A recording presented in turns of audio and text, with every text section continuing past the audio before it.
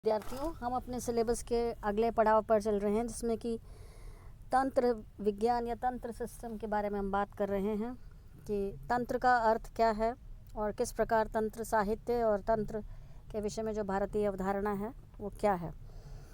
तो सबसे पहले हम बात करते हैं तंत्र साहित्य एक विशाल साहित्य है और तंत्र जो है इसके अधिकांश जो ग्रंथ हैं वो बहुत लंबे समय तक प्राचीन काल में पांडुलिपि के रूप में ही रहे थे, लेकिन धीरे धीरे इनका उपलब्धिकरण होने के कारण धीरे धीरे ये प्रकाशन के तरफ जाने लगे और प्रकाशित हुए।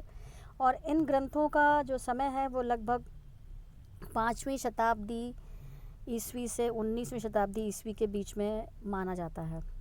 तंत्र के विषय में विभिन्न प्रकार के विचार प्रचलित रहे और कुछ लोग इसे केवल जादू टोना के संदर्भ में समझते रहे, जबकि कुछ इसे नकारात्मकता या निषेधात्मकता की ओर ग्रंथों के रूप में जानते रहे हैं या मानते रहे हैं।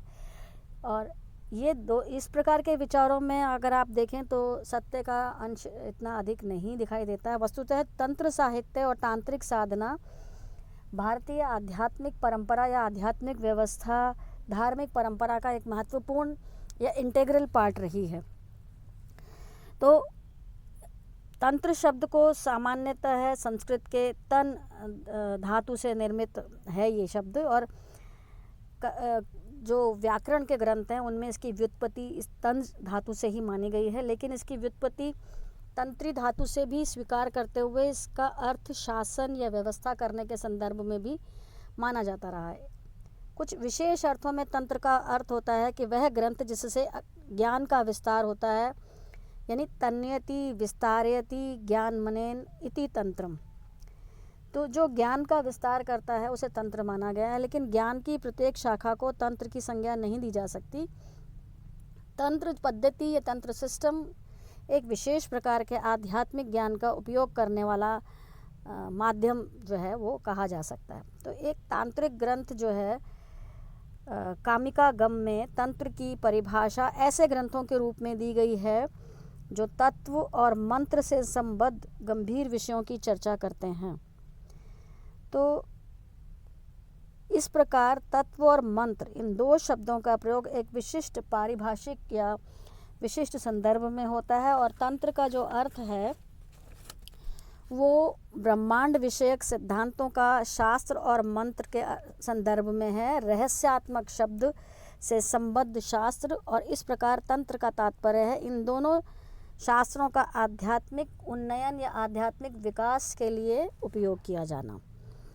तो तंत्र साहित्य का जो स्वरूप है उसमें तंत्र का जो समय है वो परवर्ती समय माना गया है, तंत्र का काल या तांत्रिक विचारधारा का काल।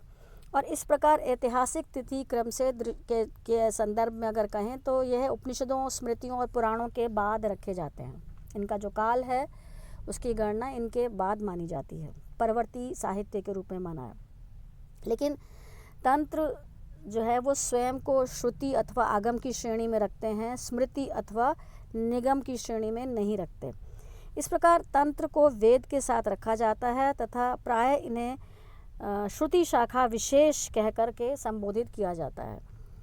तो तंत्र वेदों की एक विशेष प्रकार की शाखा के रूप में देखे जाते हैं, और पिंगला नामक तंत्र ग्रंथ में कहा गया है कि तंत्र का संप्रेषण सबसे पहले शिव द्वारा हुआ, तो उससे उत्पन्न माना है। और विभिन्न तंत्र ग्रंथ वैदिक महाकाव्यों और मंत्रों को भी उद्धृत करते हैं, और निरंतर तंत्र नामक तांत्रिक ग्रंथ में तंत्र को पंचम वेद का नाम भी दिया गया है। तो इस प्रकार तंत्र की उपयोगिता या महत्व या उसकी स्वीकार्यता के विषय में ये मान्यताएं प्रचलित हैं। तो तंत्रयान का विकास यद्यपि एक सुप्रतिष्ठित साहित्य के रूप में बहुत बाद का है, लेकिन तांत्रिक साधना अथवा तांत्रिक अनुष्ठानों का इतिहास बहुत प्राचीन है।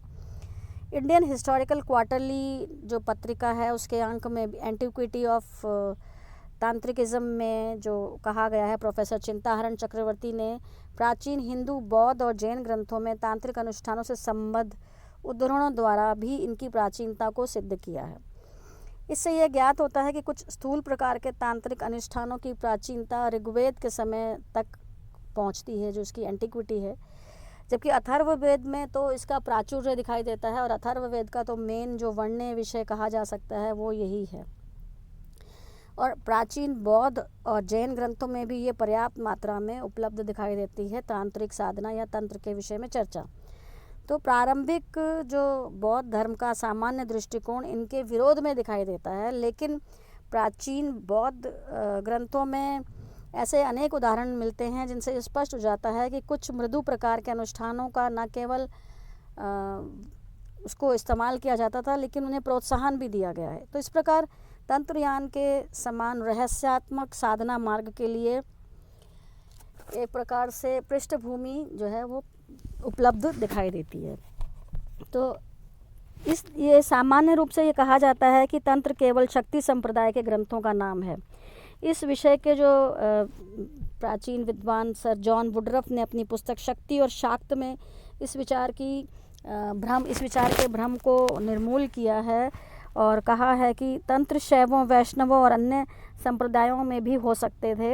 एक विशेष प्रकार के साहित्य के रूप में तंत्रों को एक विशेष प्रकार की साधना पद्धति के रूप में उसकी उत्पत्ति और विकास का शैव मत और पांचरात्र संप्रदाय के साथ अत्यंत घनिष्ठ संबंध है। तो पांचरात्र संप्रदाय के मुख्य ग्रंथ जो हैं अब यद्यपि उपलब्ध नहीं हैं, लेकिन प्राप्त साक्ष्यों के अन्य साक्ष्यों के आधार पर यह स्पष्ट हो जाता है कि इसे एक तांत्रिक संप्रदाय के रूप में ही माना जाता था, और इसी प्रकार की इसके बारे में मान्यता है। एक अन्य संहिता जो है पांचरात्र की जो उपलब्ध है, उस ग्रंथ में योग और योगियों और मंत्रों की चर्चा है एवं इस संप्रदाय की रहस्यात्मकता साधन की एक गुह्य विधि, एक यानी गुप्त विधि बताया गया है। लेकिन तंत्रयान का पूर्ण विकास शैव मत के अंतर्गत ही हुआ, ऐसी मान्यता है। शैव के भी विशेषता है पाशुपत संप्रदाय में यह प्राचीनता इसकी देखी जा सकती है, जिनके ग्रंथ आगम कहे जाते हैं और इन शिव तंत्रों के नाम से भी इन्हें जाना जाता है, और उनमें शिव तंत्र जो हैं वो 10 हैं। तो इस प्रकार इसके अलावा भेद्य प्रधान भैरव तंत्र 64 माने गए हैं, और ये आगम ग्रंथ जहाँ एक और हवन, अभिषेक, दीक्षा आदि बाह्य अनुष्ठानों की चर्चा करते हैं, वहीं इसमें आंतरिक योग साधना का भी उल्लेख मिलता है। इनका प्रयोजन भी मुक्ति की प्राप्ति या आवागमन के चक्र से मुक्ति प्राप्त करना है और तत्व के विकास की अगली अवस्था तथा कथित जो ग्रंथ हैं उनमें दिखाई देती है। और इनमें यामल ग्रंथों का नाम आता है। यामल ग्रंथ 8 माने गए हैं: रुद्र, स्कंद, ब्रह्म, विष्णु, यम, वायु, कुबेर और इंद्र। और शिव तत्वों में रुद्र और सदाशिव की परंपराएं दिखाई देती है, और इन यामल ग्रंथों में भैरव परंपरा का भी दर्शन होता है।